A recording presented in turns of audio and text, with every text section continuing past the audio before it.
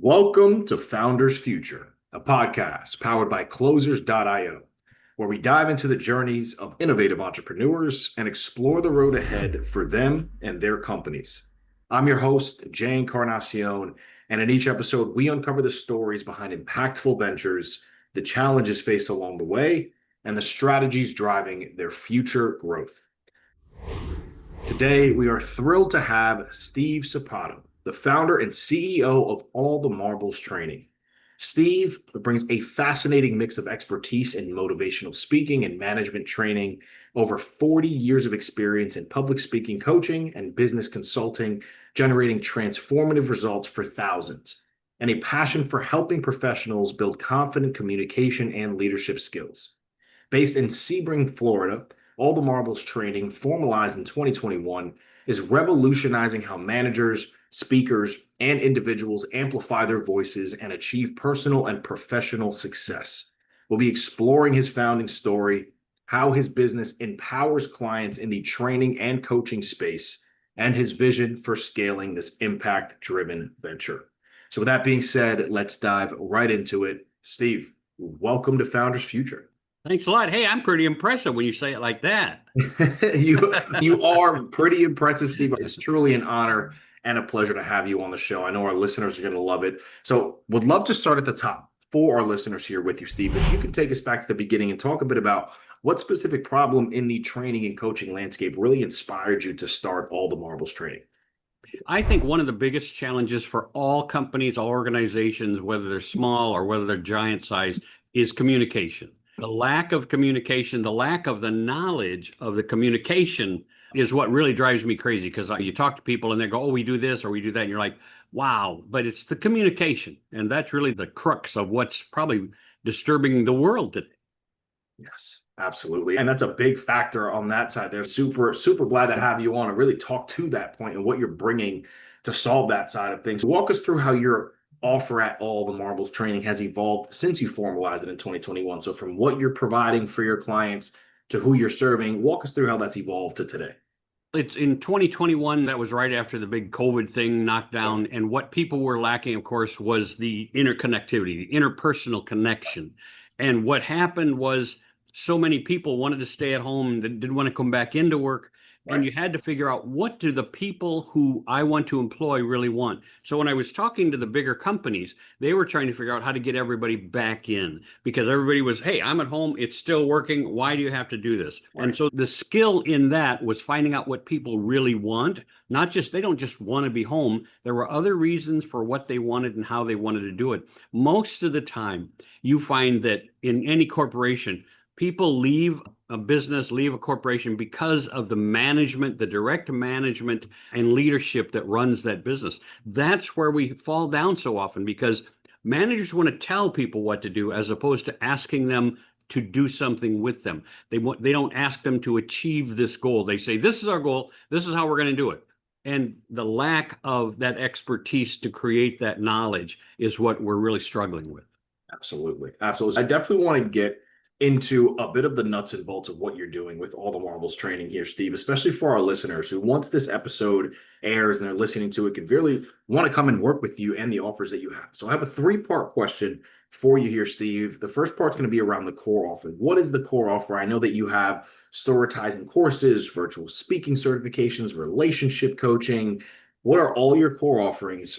How is it structured for your clients, and who is the ideal client that you work with your core offers here? Yeah, the core offers, like you say, I have several different companies that I'm working with. One, of course, is becoming an excellent speaker. My motto, as you can see right here, right there, stop boring presentations. So many times, even from meetings to people getting in front of a group to people speaking on stage, they do not know how to engage that audience. Now, that's true for all managers, supervisors, but for speakers, it's critical that you have to know how to connect with an audience. So I offer people, especially companies, courses like $10,000, come in and teach all of your managers how they can become better at communicating with their audience, how they interact with that audience, whether it's a small meeting, whether it's a giant meeting, whether it's a speech that they're giving.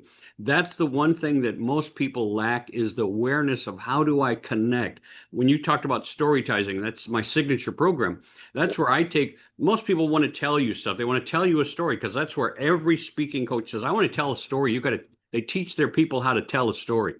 Stories are boring unless you exactly know how to tell them.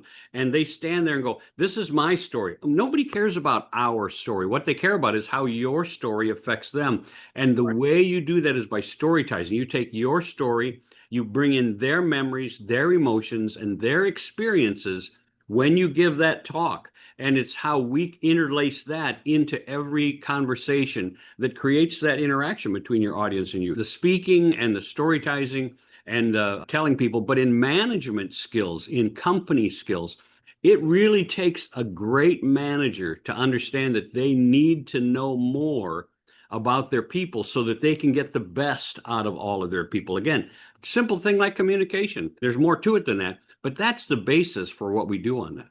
Incredible. Incredible. And who did you say is the ideal client for that? It sounds like you can come into businesses and work with their leadership teams. You can work with one-off speakers that are doing public speaking. Is there anything specific that you like to focus on, or is it really just open to who you like to work with on these offers? It's really open because there are all kinds of speaking coaches available.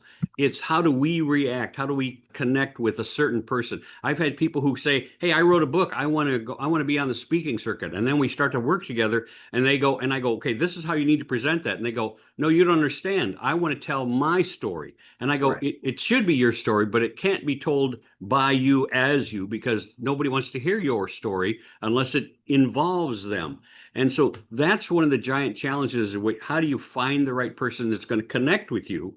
Right? Because I like to have fun. I like to take the people, have fun, but also be very serious. And I tell them, I'm a no bullshit kind of guy. We offer no bullshit sales training, which is all about you have to know how to ask the right questions at the right time with the right verbiage. And that's critical to people's success in everything we do, whether you're talking to your kids over here or whether you're the CEO of a company trying to close a big deal. It's all about your communication skills and how you have that ability to listen confidently, express your point of view so that they go, oh, and that's what we want from everybody when we're trying to do things, whether we're a CEO trying to get cooperation or whether in sales trying to get the sale. It's we were looking for the other person to go, oh, and that helps us to get to that place where we actually create that significant interaction that leads to success. Absolutely. Absolutely. I love that. So walk us through a bit here on the acquisition side. Obviously, you've been in the game for quite some time here, Steve. You're seeing a ton of success on that front. What's working best today for you for getting those leads coming in, clients coming in consistently? What channels are you seeing that are more effective, whether you're doing ads or social media, referrals, public speaking, obviously? Walk us through those sides there. Public speaking is always the best way to grab a client. I don't care what business you're doing. If you're in front of the Chamber of Commerce and you're a small retail business, the best way to get a customer is by being successful in front of that audience, not telling them what you do, but asking them how you can help them achieve their goals. That's one of the little things. Public speaking on a big level, of course, brings us bigger clients. And that's critical too, that we understand how to create that niche. But the biggest part for me is finding the CEOs who know that they should be better at giving presentations. That CEO who says, I've done 500 presentations, but I know I can be better. If you've ever gone someplace to a big event and had somebody bore you for 20 or 30 minutes, you're like, why? Why is that happening? And a lot of times it's because every time a boring speaker gets done speaking, somebody says, great job. Great job. Yeah. Hey, you did a great job with that. And because nobody says, hey, you really suck as a speaker. So Right. that's one of the big challenges is that people don't tell people. So if they're really on top of it and if they've watched back some of their own stuff, they might be able to say, I did a pretty good job on that talk. Yeah. That should be a warning flag. I did pretty good on that talk. Means you didn't give it your very best, and it wasn't the most entertaining conversation you had with a group, an audience, or a meeting. Absolutely. So on that front, obviously a lot of networking events, public speaking that you're doing has worked really well for you. Are there any other channels that have been effective? Are you doing anything around ads or adding another layer of predictability within the leads? How are you approaching the idea of continuing to scale and grow on that front?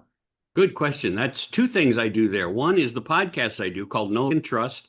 And that podcast is designed to give business people heads up and knowledge that they don't necessarily have. 20-minute conversation like we're having here that helps people say, oh, I didn't know that. Oh, I need to get with that person. So, like you say, with our guests, we say, you need to reach out to them. Everybody gives away a free program, everybody gives away a free conversation. Having that conversation can change your life. I put it out there that I've got one, Tara Patton always says on my stuff, I had the most impressive 45 minutes with Steve Sapato. And the reason she said that was because we just had a conversation. She wasn't a client of mine yet. And what happened was I helped her find the answers to some questions that she had that no one else had taken the time to listen to her and say, what about this? How about that? Can you get this? The podcast has been great for me finding other people. And of course, LinkedIn, I do quite a bit on LinkedIn. And when you push out articles, and the key to LinkedIn is starting that conversation, saying, hey, I know you're trying to sell me stuff, but what are your other avenues? Just like you just said right there. Everybody on LinkedIn sends you a message, right? A message that says, hey, how you doing? I looked at your profile. It's fabulous. And then you say, hey, how would you like to have a conversation? And they go, I would love to have a conversation with you. Here's what I do, and here's what I'm trying to sell you. And you're like, no, that's not a conversation. Selling me is not a conversation. You should find out first, what do I do? How do I do it? Do I have any use for your services? And if not, strike up that conversation where we get to know each other, and maybe a month or 2 months down the road, after a few conversations, you can get a referral from me for the people that I know will need your services. That's the name of the game, is finding the right people by asking the right questions, by being in a communication system with everybody you want to talk to. I love it. I love it. It sounds like a big thing for you here, Steve, is that organic aspect of bringing in leads. Now, I would love to know a bit more how you're approaching the idea of continuing to grow in scale. Are you looking to add more predictability with something like ads and add that into the mix, or have you tried that and didn't work out well? What's your stance on that front? I'm not big on most ads. You have to find a real niche place for the ads to function. Otherwise, you throw $400 or $500 out there and you get no response. Some people say they spend $10,000 and only get back $1,000 worth of business. So it really is, for me, it's all about starting a conversation. So when somebody says, hey, I want to sell you something, you say, tell me about your business. And let them write to you and they say, let's have a conversation. I actually have people on LinkedIn who say, I don't want to have a conversation with somebody until I know that you want to use my services. Then what you're saying is you aren't going to talk to me unless I buy something, which is crazy because the name of the game is longevity. Like you say, I've been around 40 years. I've been teaching people how to be great presenters, great speakers, how to entertain an audience, how to make that connection as employees versus managers versus meeting leaders, because you have that relationship that's going to create more success. And I get a lot of referral success out of this because people say, I've worked with Steve or I know Steve, and this is the way it should work. Yes, absolutely. So on that front, as far as the process itself goes with the sales, Steve, are you still doing this as a solopreneur, or do you have a sales team and a marketing team and a team behind you helping you continue to grow and scale all the Marbles training? Yeah, a couple of years ago is when I brought on, all I can think of is Brooke Borup. I can't remember the name of what we do, but yeah, she's hooked me up. We've got a whole system in place. So if somebody says, hey, I want to buy your book. Matter of fact, we just finished an audio book. So I've got the book for the 20 relationship. I've got an audio book for the 20 relationships, and I'm putting on a workshop in October. I think it's October, for learning how to have a more effective relationship. If you're single and looking to put out a relationship. And Brooke helps me with all that by making sure it's all put together so that when somebody says, I want to click here, then it takes them to some other place. You click here, it drops you into a drip sequence. You have to have a system that channels the people into a system that's going to maintain that connection. If you keep sending them, let's face it, you block into some of these, and some people will send you 2 or 3 emails today and 3 or 4 emails tomorrow. I mean, they just blast you. And I go, that's a lot. But if you send out 2 today and then 1 next week, 1 the week after, people are going to go, oh yeah, I know those people. And so when the time comes to connect, they're going to reach out to you as long as you maintain that relationship.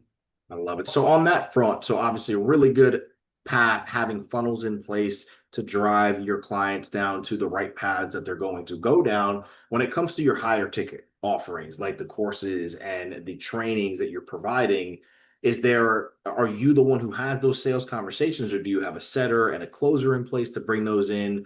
How does that look on that front from the outside looking in for you? I do almost all of it myself. And the reason why is because if I'm looking for speakers, people who want to become speakers, I charge $10,000 for you to become a speaker and a presenter. And I teach you for 3 months how to do that. I can only handle so many clients personally. In what I do is I don't need to reach out to 40, 50, 60 a month because I can only handle 8 or 10 a month. And that's my niche. I find 10 people who for the next 3 months want to do this, and then I put 10 more people in for the next 3 months. Working with me, getting them to know and trust me is part of the process where they go, you know what, that guy really wants to help me become a speaker and wants to help me learn how to connect with an audience. And that interpersonal connection, I've watched people. Matter of fact, I'll say 5 years ago, it was there was somebody said, I want to teach 200 speakers. You can join my speaker program for, I don't know, it was like $1,200, Yeah. which I thought was still a lot. But they said they put you into this. So if you're looking to find 200 speakers and you work with them for 3 months, and I think they worked with them 3 to 6 months, but at the end, I looked at it really closely at how they wanted to do it. And they said, and when you're done, you can go out and get all the speaking jobs you want. And you go, but getting the speaking jobs is the hardest part of what we do. I can teach you to be a great speaker. You might already be a great speaker. Finding the jobs is what's the crucial part. So on that front, I would love to get your take and your mindset on the bottleneck side of things, whether it's around more predictability on the lead generation side to have that coming in more consistently, or maybe bringing on a setter and a closer to help you out on the sales side. What are you thinking about right now as some bottlenecks that you're looking to break through for that continued growth?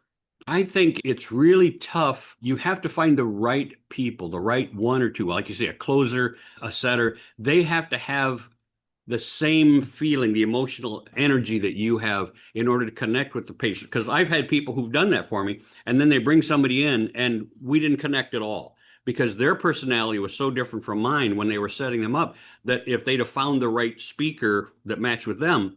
And so I had to look at who was I putting into the place who was going to start the funnel, right? Reach out to these people and say, hey, we got to do this. And did they have the right personality and did they have the right words and verbiage? And so it's difficult when you look at that from my point of view, right? And yes, you do have these bottlenecks. And if I was a larger organization, if I wanted, like, I've got several courses out there that Yeah. teach people how to storytize, right? So you can buy the storytizing process for $500, but that's going to give you an inclination of how to do it, but it's not going to train you in how to do it. It's like I do a course called 3 Minutes to Yes, which is all about filling your calendar. And I can spend 20 minutes with somebody and teach them the process. Mm. Okay. And it's all about networking. So when you talk about networking, people go to networking events and they go, oh, and my first question always is to somebody, when you go to a networking event, what's your goal? And people look at me like, what? I go, what's your goal for networking? How many people do you want to connect with? And they go, as many as I can. And then I ask the question of, how many appointments can you handle next week? And they go, oh, I never thought about that. I go, that's critical because if you go more than a week, 10 days out, the people you met aren't going to remember you anyway. So Right. having said that, they're going to go, I don't know who you are. So it's one of those situations where you teach people how to set an appointment, and they should be able to set 5, 6 appointments at every networking event they go to for next week. And I go, that's how you fill your calendar. Every single day you put in a new appointment. And people are like, yeah, I want to do that. And I go, okay, so let's sit down for 30 minutes and I can teach them how, like I do that on a networking thing.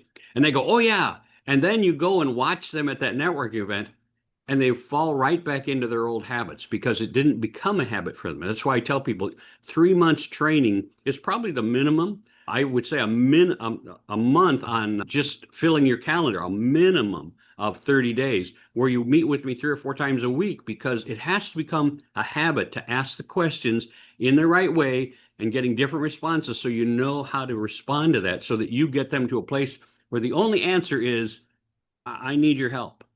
Absolutely. Absolutely. I love it. So I do want to take us into the lightning round here. It's zoomed by, honestly. It's been a pleasure having you on the show, Steve. Great. So Thank just you. two more questions for you. First thing that comes to mind, what does the rest of this year look like for you, Steve, as you continue to grow and scale? What are you laser focused on? Right now, I'm putting together an MC workshop. I'm going to be heading off to a bigger city from Sebring, that's for sure.